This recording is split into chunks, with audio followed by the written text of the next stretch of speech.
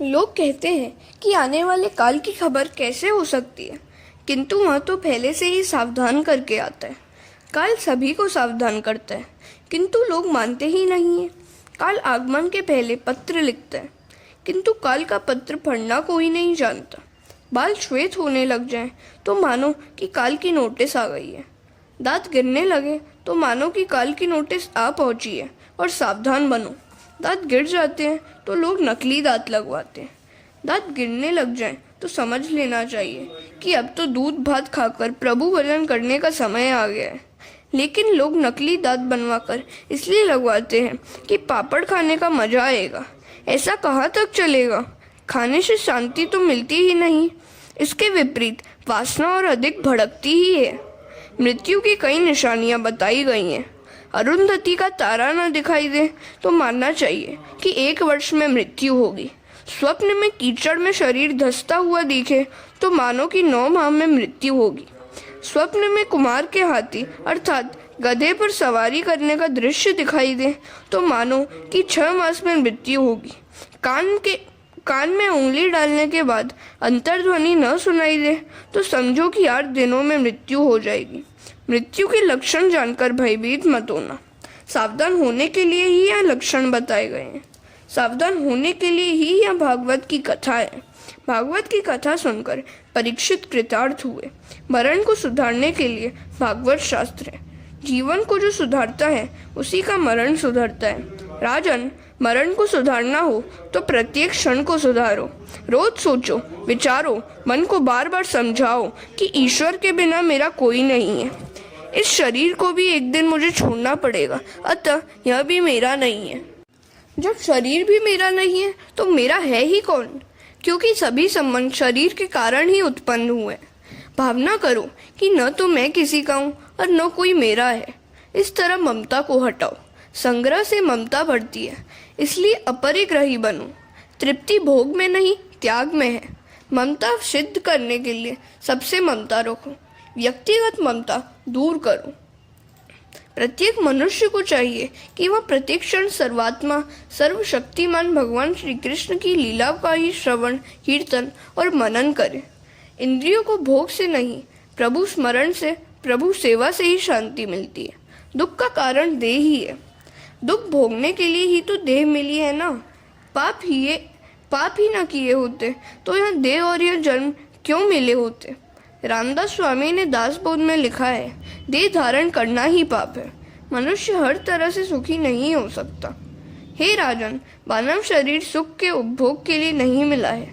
मानव शरीर तो भजन करके भगवान को प्राप्त करने के लिए ही मिला है। इंद्रिय सुख सभी प्राणियों को एक सा ही मिलता है।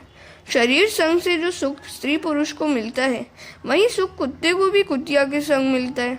अतः मनुष्य जीवन पाकर प्रभु स्मरण में लीन रहो। तुम जीवन को कुछ ऐसे सांचे में डालो कि मृत्यु के क्षण में भगवान की ही याद आए। जीव शिव बनने का प्रयत्न ही नहीं करता, अन्यथा वह तो शिव बनने के लिए ही जन्मा है। जीव जब ईश्वर से कहता है कि मैं आपका हूँ तो वह संबंध अपूर्ण है, परंतु ईश्वर जब जीव से कहता है कि तू मेरा है, तभी वह संबंध परिपूर्ण है। पाप को टालो, पुण्य कार्य तो तुरंत करो।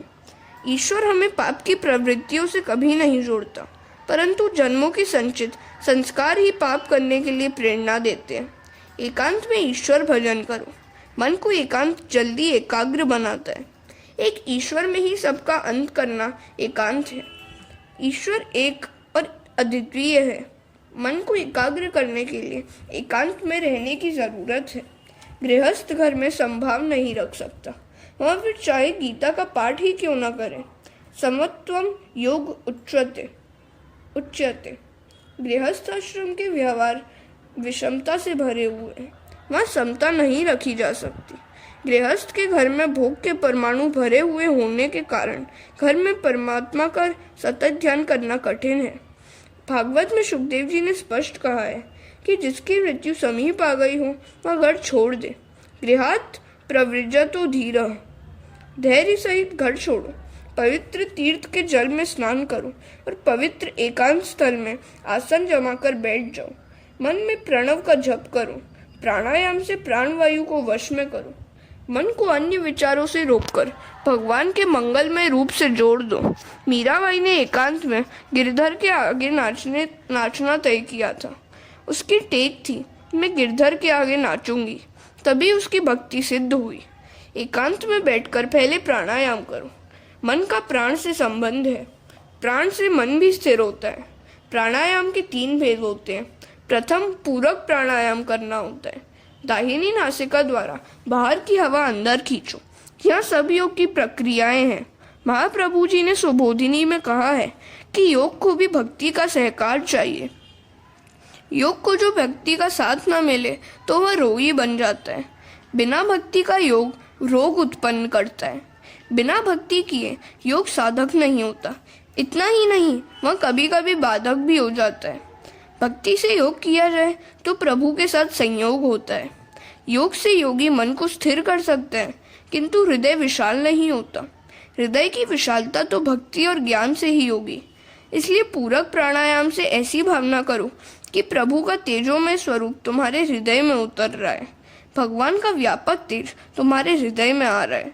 फिर जब कुंभक करो तब भावना करो कि मैं ईश्वर का आलिंगन कर रहा हूँ।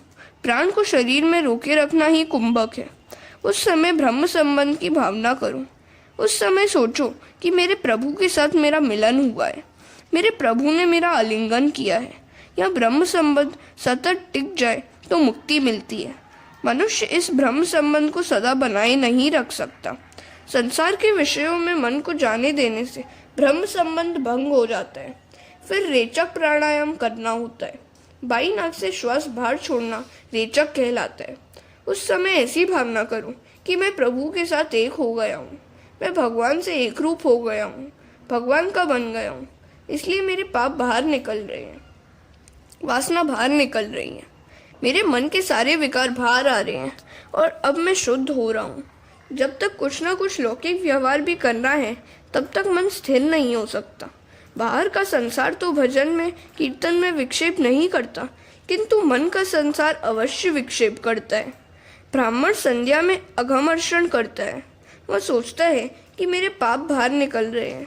मन की मलिनता 2 प्रकार की होती है। स्थूल मलिनता, साधारण साधन, तप, व्रत, अनशन आदि से यह मलिनता दूर होती है। सूक्ष्म मलिनता, तीव्र भक्ति ही उसे दूर कर सकती है। हरे कृष्ण।